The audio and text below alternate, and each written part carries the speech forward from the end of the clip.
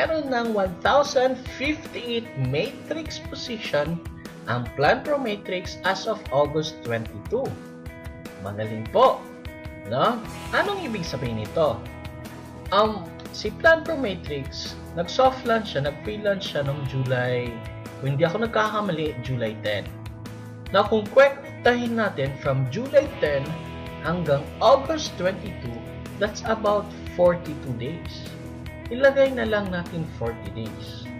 So, ito, 1,058 matrix position, i-divide natin ng 40 days, papatak po na 25 to 30 persons ang nag-join, ang pumapasok, ang nagpipiin sa PlanPro Matrix. Ganun po kabilis. Kaya masasabi ko po, napakabilis at napakaganda pong pumasok sa PlanPro Matrix. At marami na ang pumapasok. No? In span time of 40 days, meron na pong 25 to 30 persons ang pumapasok. Ang tanong, bakit kaya?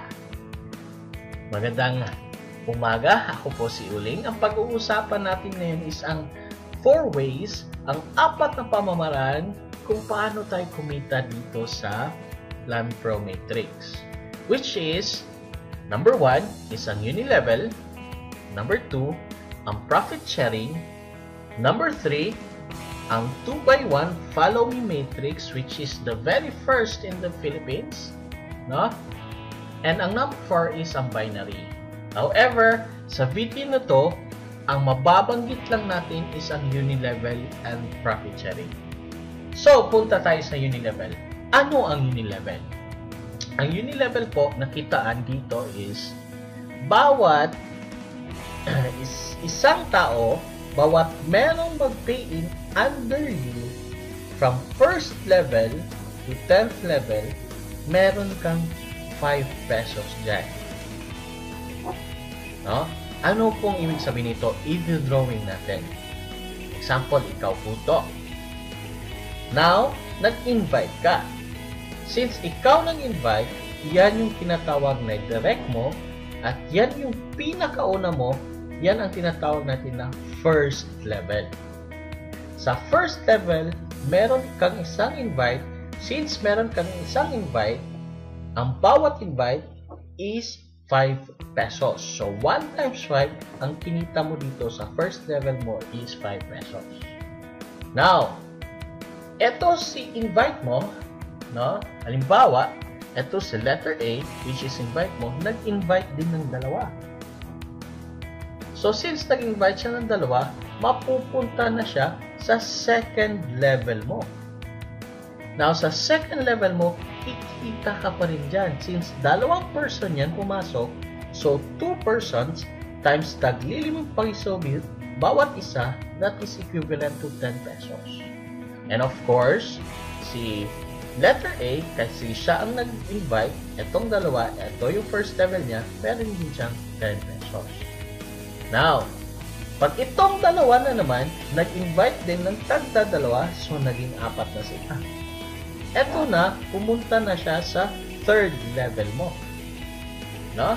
From you, pababa, first level, isang tao, second level, nag-invite ng tagda-dalawa, third level, nag-invite ng dalawa, hanggang nagang 4. So, 4 yan, times 5 pesos, ang kinita mo is 20 pesos na.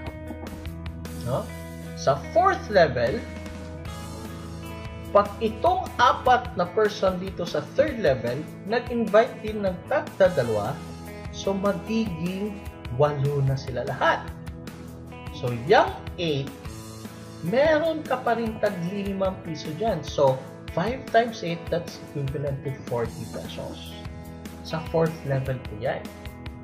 Now, pagdating sa fifth level, pag continuous din sila nag-invite, papatak po yan na meron na po kayong 16 na tao. No? So, kung kumpiyatin natin, 16 times 5, meron po kayong 80 pesos. Yan po ang tinatawag nating Unilevel. No? Now, that's for the fifth level. Hihinto po na ba dyan? Hindi, kasi ang sabi hanggang 10th level. Kaya kung i-continue natin yan, hanggang 10th level, meron kang 5 pesos hanggang 10th level. So, napakaganda po ang sistema. So, ito po, what if, no? What if kung yung first level mo is 5 na tao? So, dyan sa 5 pa lang, meron kang tagli-5 dyan. So, 5 persons times 5 pesos. So, first level mo parang meron ka ng 25 pesos. Ngayon, itong 5, nag-invite din ng 5. So, naging 25 na tao. So, 25 na tao times 5 pesos, meron ka ng 125. That's the second level. Alam nyo ba, pag i-compute natin to hanggang 10th level, aabot po ito ng milyon. So, yun po ang kitaan sa Unilevel. Now, punta po tayo sa profit sharing.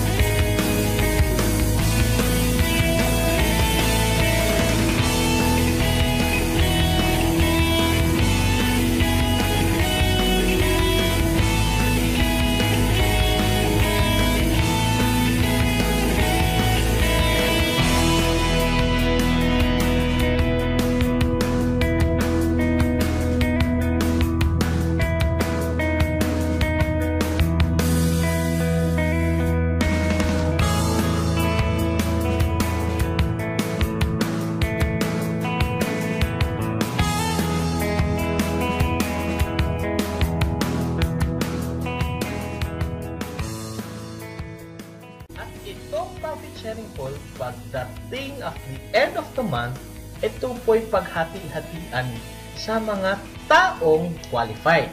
So, anong ibig sabihin nito? Ibig sabihin nito, meron pong mechanics paano makuha po yung profit sharing pool. So, ang tanong, paano tayo mag-qualify? Simple lang po. Ang gagawin nyo is mag-invite lang kayo ng 5 directs. No? 5 invite lang. Pag nakakuha kayo ng 5 directs within the month, sa loob ng isang buwan, qualified na po kayo sa profit sharing pool. And of course, at the end of the month, ibibigay po yan. Paghati-hatian nyo yan sa mga taong qualified din.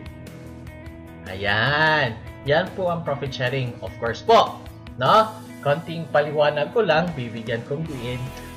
May bawal po dito. Bawal dito ang sinasabing dummy account. No? Example ng dummy account. Example ako. Para, kunwari, gusto kong sumali sa profit pool, ilagay ko yung pangalan ng misis ko po. Nalalaman po talaga ng may-ari yun. Kung meron kang dummy account. No? Kung meron kang dummy account. Kaya, bawal po yun. At of course po, syempre, kung sino naman po yung talagang nagtatrabaho, yun din naman ang bibigyan natin ng, of course, konting compensation para sa kanila. Again, this is Suling. Maraming salamat po.